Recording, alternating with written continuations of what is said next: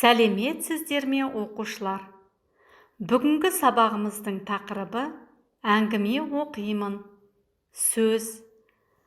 Сабақтың мақсаты тыңдау барысында тілдік бірліктерді ажырату, тыңдалған материалдың мазмұнын түсіну. Қане оқушылар, сабағымызды бастамас бұрын жұмбақтар шешіп көрейік. Түскенде салқын күз, жиналды алтын тіс. Жарайсыңдар.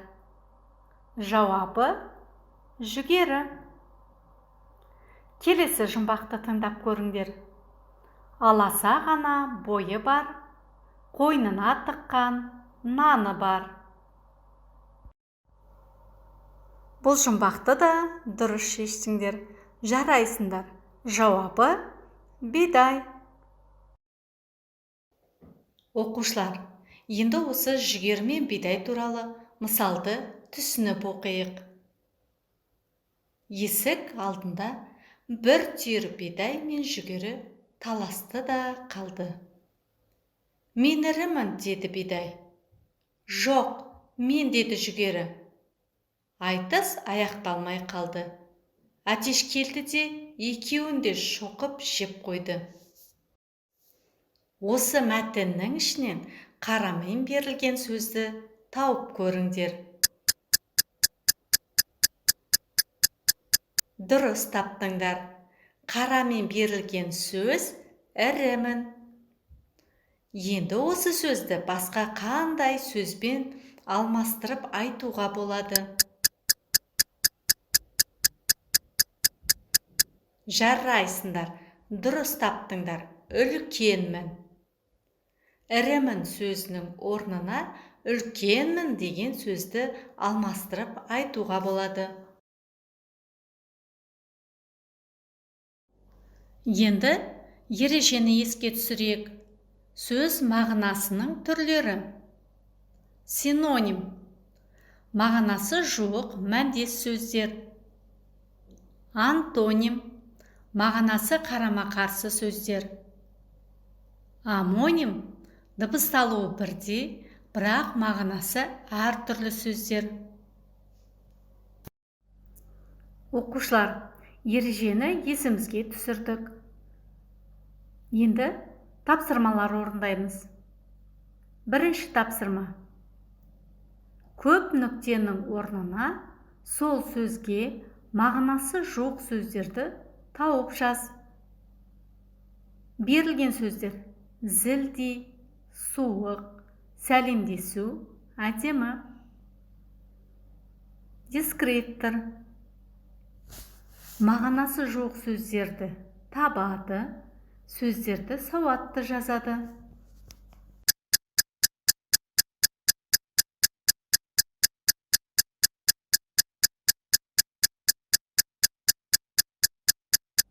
Оқушылар, өздеріңді тексеріп көріңдер.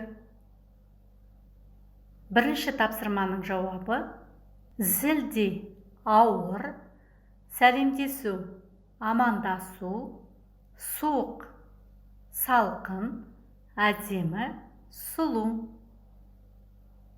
Жарайсыңдар.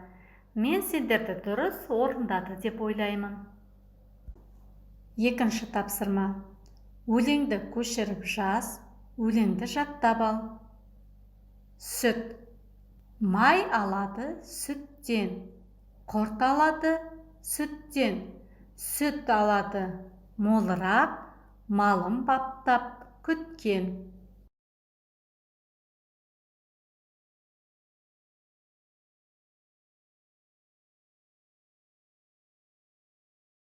Оқушылар, сендер өлеңді сауатты көшіріп жазып, жаттап алды деп ойлаймын. Оқушылар, сендер білесіңдер ме? Сүт құрамында да пайдалы дәрумендер бар. А дәрумені көздің көруін жақсартады.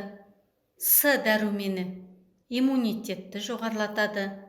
Д дәрумені сүйектің қатаюына септігін тигізеді. Сонымен қатар, сүт өнімдерінен алынатын тағамдардың да адам ағзасына пайдасы зор. Айран асқазанымыздың ауруын емдеуге көмектеседі. Шөлді жақсы қандырады. Құрт, сүзбе, ірімшік адам сүйектері мен тістерінің дұрыс қалыптасуына пайдасы зор. Сары май адам денсаулығының қуат көзі. Одан адам күш қуат алады. Медицина ғылымы пайда болмай тұрып ақ, алдындағы асын тани білген қазақ нағыз данышпан. Асылы аузынан ажырамаған халқымыз қымызын ішіп, құртын жеп отырып ақ, осы күнгі көп кеселдің алдын алған.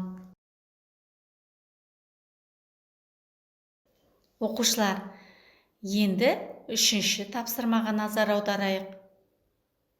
Бұл тапсырмада қаймақ сөзіндегі әріптерді пайдаланып, сөздерді жаз.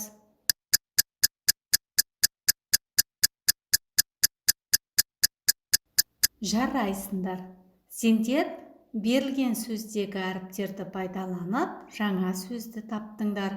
Сөздерді сауатты жаздыңдар деп ойлаймын. Енді өздерің осы тапсырманы жауабымен өздеріңнің жауаптарыңды салыстырып көріңдер.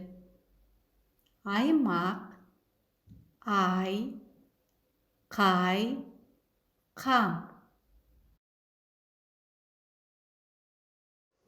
Оқушылар, сендер бүгінгі сабақта жұмбақтардың жауаптарын дұрыс таптыңдар.